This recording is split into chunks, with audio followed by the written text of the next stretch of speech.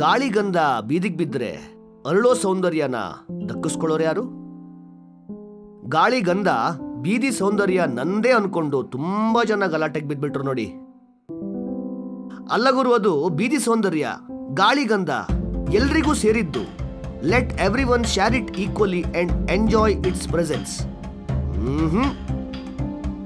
ಪಾಪ ಒಬ್ರೋ ಇಬ್ರು ಸಮಾನತೆ ಹೆಸರಲ್ಲಿ ತಿಳಿ ಹೇಳೋಕ್ ಹೋದ್ರೆ ಕಿರ್ಚಿ ಗಲಾಟೆ ಮಾಡಿ ಗುಂಪಿನ ಸ್ವಾಸ್ಥ್ಯ ಕೆಡಿಸ್ತಾರೆ ಅಂದ್ಬಿಟ್ಟು ತಿಳಿ ಹೇಳೋಕೆ ಬಂದವರ ಸದ್ದಡಗಿಸ್ಬಿಡೋದು.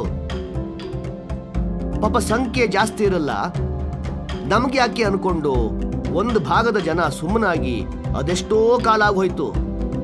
ಹಾಡು ಹಗಲು ಬಟ ಬಯಲು ಎಲ್ರೂ ನೋಡ್ತಾ ಇದ್ದಂತೆ ಉಳಿದೆಲ್ಲರ ವಿರುದ್ಧ ಹೋಗಿ ಒಬ್ಬ ಆ ಥರ ತಯಾರಾಗಿ ಬಂದು ಇದು ನಂದು ಮಾತ್ರ ಅಂತಾನೆ, ಮತ್ತದೇ ನ್ಯಾಯ ಅಂತಾನೆ. ನೋಡ್ತಾ ಗಾಳಿಗಂಧ ಬೀದಿ ಸೌಂದರ್ಯ ಒಬ್ಬನ ಪಾಲಾಯ್ತು.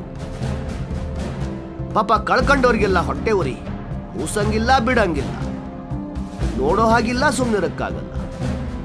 ಇನ್ನೇನಾಗಕ್ ಸಾಧ್ಯ ಹೇಳಿ?